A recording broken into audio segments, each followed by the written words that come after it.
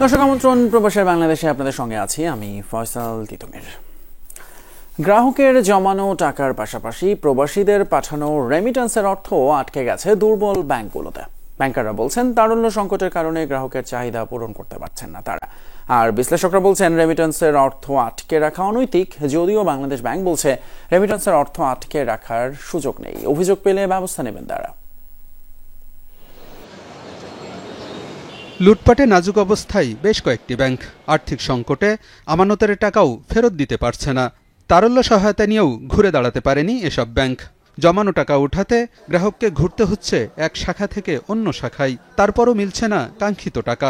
যে ব্রাঞ্চে অ্যাকাউন্ট, সেই অ্যাকাউন্টে আমি ধরেন টাকা পাচ্ছি না, তো আমার বাধ্য হয়ে ধরেন আরেকটা ব্রাঞ্চে যেতে হচ্ছে, সেখানেও পাচ্ছি না, তো যার জন্য আমাকে এই দিলকুশা ব্রাঞ্চে আসতে হচ্ছে। আমি ইউআইটিসি ইউনিভার্সিটিতে পড়ি, এখন আমার সেমিস্টার ফি দেওয়া লাগবে, এই জন্য আমার টাকা উঠানো লাগবে, তো তারা আর কি টাকা দিতে পারতেছে না। 20,000 50,000 আমার টাকা লাগবে, সেখান থেকে আমি টাকা পাচ্ছি 3,000 বা 5,000, এর বেশি নয় এটা, এবং সপ্তাহে একদিন। নগদ টাকার পাশাপাশি প্রবাসীদের রেমিটেন্সও দিতে পারছে না দুর্বল ব্যাংকগুলো। এমন 4টি ব্যাংকে প্রায় 550 কোটি টাকা আটকে আছে প্রবাসীদের। রেমিটেন্স না দেওয়ার তালিকায় সবার উপরে ফার্স্ট সিকিউরিটি ইসলামী ব্যাংক।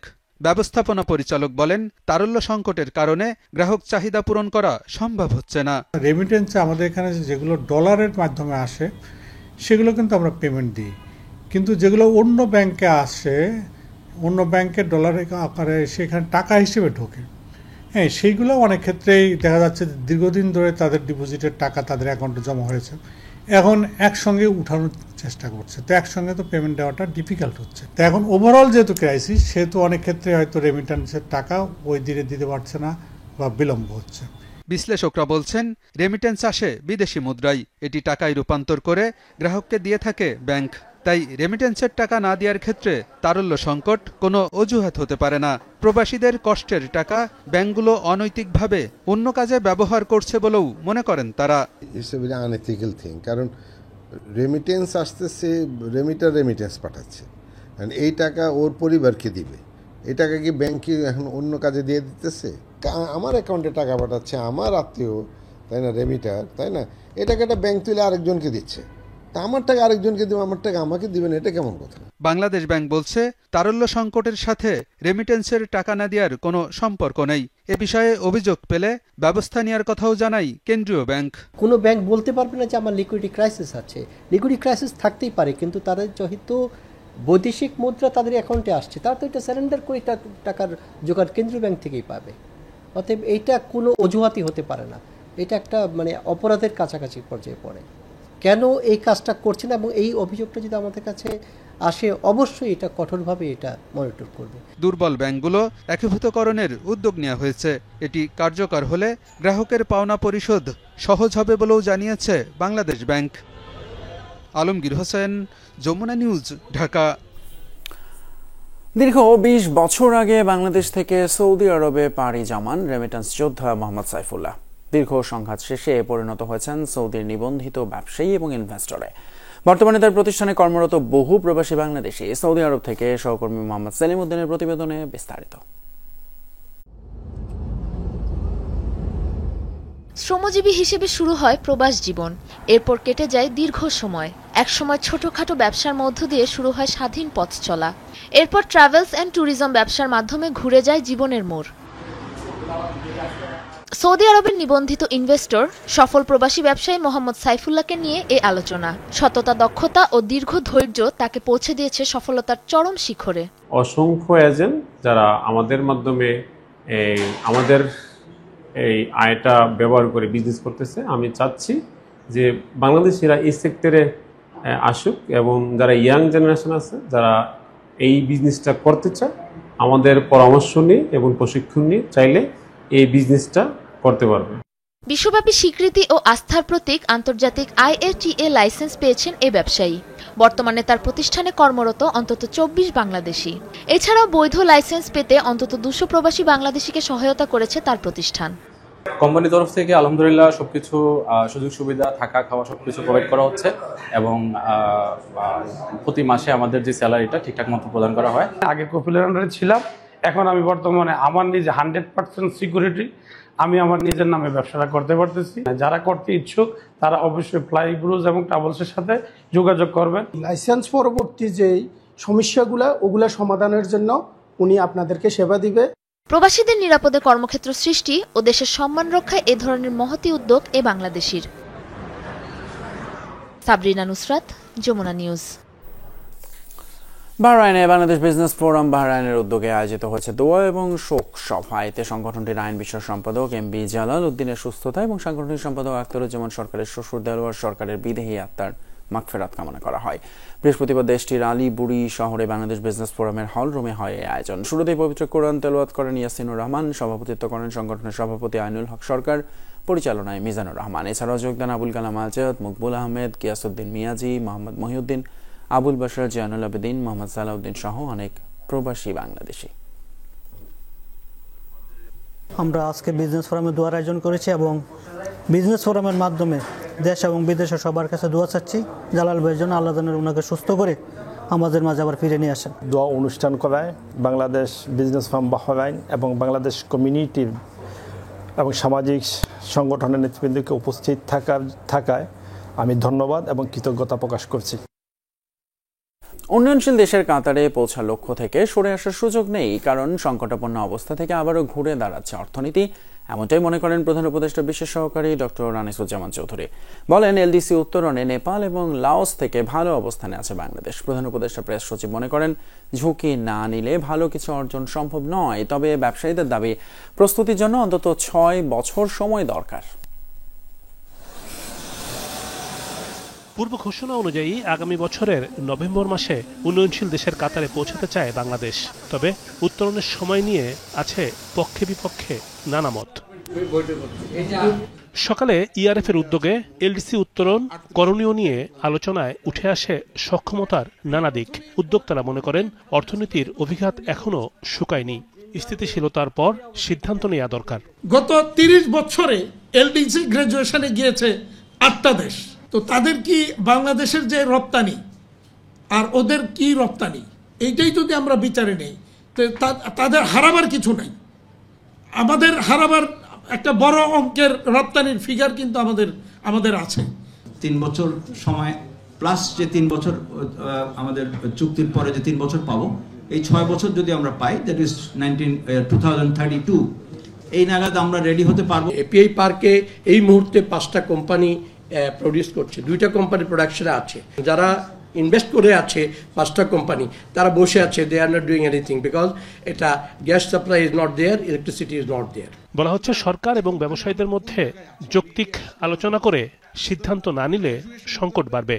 সরকার এবং প্রাইভেট সেক্টরের সেই অংশটা যারা who are at the forefront of the impact, তাদের দুই পক্ষকে খোলা মনে আলোচনা করতে হবে। এলডিসি উত্তরণে নেপাল এবং লাওস থেকে ভালো অবস্থানে আছে বাংলাদেশ। আইসিইউ থেকে ধীরে ধীরে উন্নতির দিকে অর্থনীতির সূচক। তাহলে কোন যুক্তিতে শেষ সময়ে পিছিয়ে আসা সম্ভব? 26-এ আমি কি ক্রুজ সাইডে যাইতে পারবো কি পারবো না, এটাই হচ্ছে আমাদের মেইন আলোচ্য বিষয়। আমাকে ফিরে আসার কোনো স্কোপ নেই। ডেটা শুদ্ধ করার পরও আমরা ক্রাইটেরিয়া মিট করি এবং মিট করি নেপাল এবং লাও যারা আমাদের সাথে, তাদের চেয়ে বেটার অবস্থায় আছি আমরা যখনই রিস্কগুলো নেওয়া হয়েছে প্রত্যেকটা জায়গায় আমরা বেটার রেজাল্ট পেয়েছি। আর যে সমস্ত জায়গায় রিস্ক নেওয়া হয় নাই বা আমরা ডিলে করেছি, আমাদের ইয়েতে বা গভর্নমেন্টের তরফ থেকে এনফোর্সমেন্টটা দুর্বল ছিল রিস্ক টেকিং এর ক্ষেত্রে, সেই সমস্ত জায়গায় ডিজাস্টার হয়েছে। বক্তারা বলেন, ভুল সিদ্ধান্ত নেওয়া হলে বাংলাদেশের রপ্তানিতে আসতে পারে বড় ধরনের ধাক্কা। রিমন রহমান, যমুনা নিউজ, ঢাকা। যুক্তরাজ্যে প্রবাসী বাংলাদেশি ব্যবসায়ীদের সাথে মতবিনিময় সভায় অংশ নিয়েছেন আশফরিয়া গ্রুপের ব্যবস্থাপনা পরিচালক আক্কাস উদ্দিন।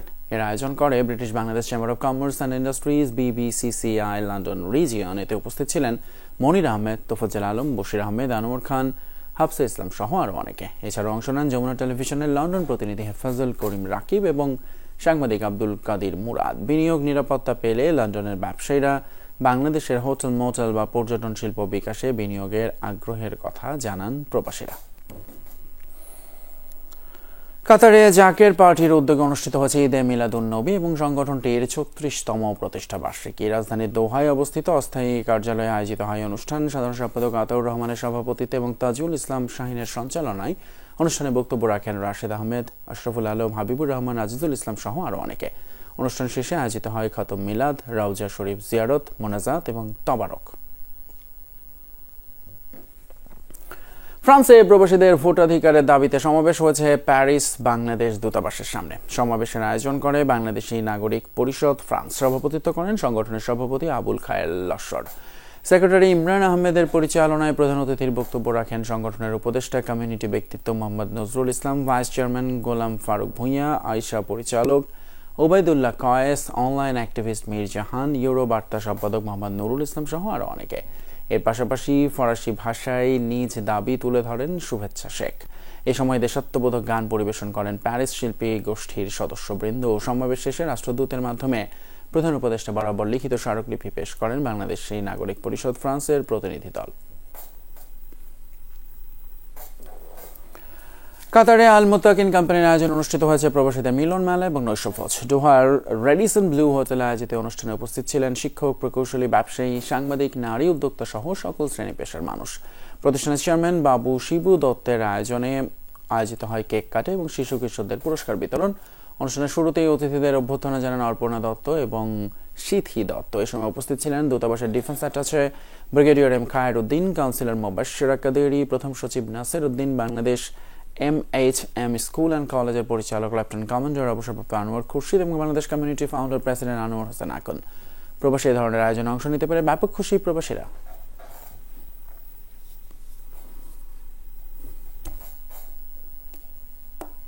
দক্ষিণ আফ্রিকায় নিজ প্রতিষ্ঠানের কর্মচারীর হাতে নির্মমভাবে খুন হয়েছেন প্রবাসী ব্যবসায়ী কাজী মহিউদ্দিন। গেল মঙ্গলবার এই ঘটনা ঘটে।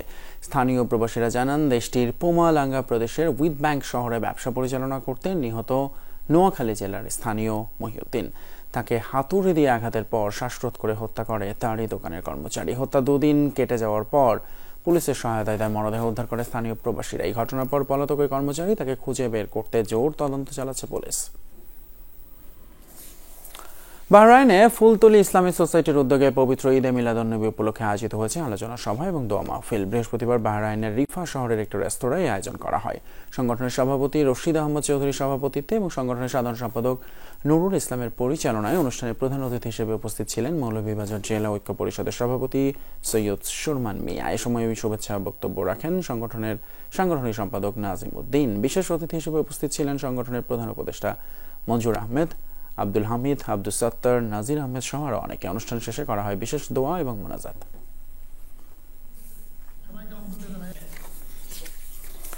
মধ্যপ্রাচ্যের দেশ ওমানে পালিত হলো ঈদে মিলাদুন্নবী। এর আয়োজন করে মাইজ ভান্ডারি গাউসিয়া হক ওমান 1 নম্বর মিশফা শাখা। বৃহস্পতিবার রাজধানী মাস্কাটে মাহফিলের আয়োজন করা হয়। সংগঠনটির সভাপতি জাহাঙ্গীর আলম এতে সভাপতিত্ব করেন। পরিচালনায় ছিলেন সাধারণ সম্পাদক মুজিবুর রহমান। প্রধান অতিথি ছিলেন ওমান কেন্দ্রীয় গাউসিয়া হক কমিটির সদস্য সিরাজুল হক। এছাড়াও অংশ নেন মোহাম্মদ তৈয়ব, আরিফ, কাজী রুস্তম, আবুল বশর সরকার, আবুল কাশেম সহ কমিটির নেতৃবৃন্দ। প্রতি বছর এই ঈদ মিলাদুন্নবী সাল্লাল্লাহু আলাইহি সাল্লাম এবং আমাদের এই কমিটির উদ্যোগে, আমাদের মাইজভান্ডারি গাউসিয়া হক কমিটির উদ্যোগে আমাদের 10 মাহ উরুস শরীফ দরবারের 26 আশ্বিন 22 চৈত্র উরুস শরীফ আমরা এখানে বড় আকারে উদযাপন করে থাকি। লেবাননে যাত্রা শুরু করলো বাংলাদেশ প্রবাসী সমাজ কল্যাণ সংগঠন। অসহায় প্রবাসীদের সেবার প্রত্যয় ব্যক্ত করে আনুষ্ঠানিক যাত্রা শুরু করে মানবিক এই সংগঠনটি। সভাপতি সোহেল রানার সভাপতিত্বে অনুষ্ঠান সঞ্চালনা করেন মহিউদ্দিন এবং মাহফুজ। স্বাগত বক্তব্যে সংগঠনের উদ্দেশ্য এবং ভবিষ্যৎ কার্যক্রমের রূপরেখা তুলে ধরেন প্রতিষ্ঠাতা জোনায়েদ আহমেদ। উপস্থিত ছিলেন শেখ জসিম, জুয়েল, মাহফুজ সহ আরও অনেকে। অনুষ্ঠান শেষে করা হয় বিশেষ দোয়া এবং মোনাজাত। দর্শকের সাথে শেষ করছি প্রবাসী বাংলাদেশের আমাদের আজকের আয়োজন। এতক্ষণ সাথে থাকার জন্য ধন্যবাদ আপনাদের সবাইকে।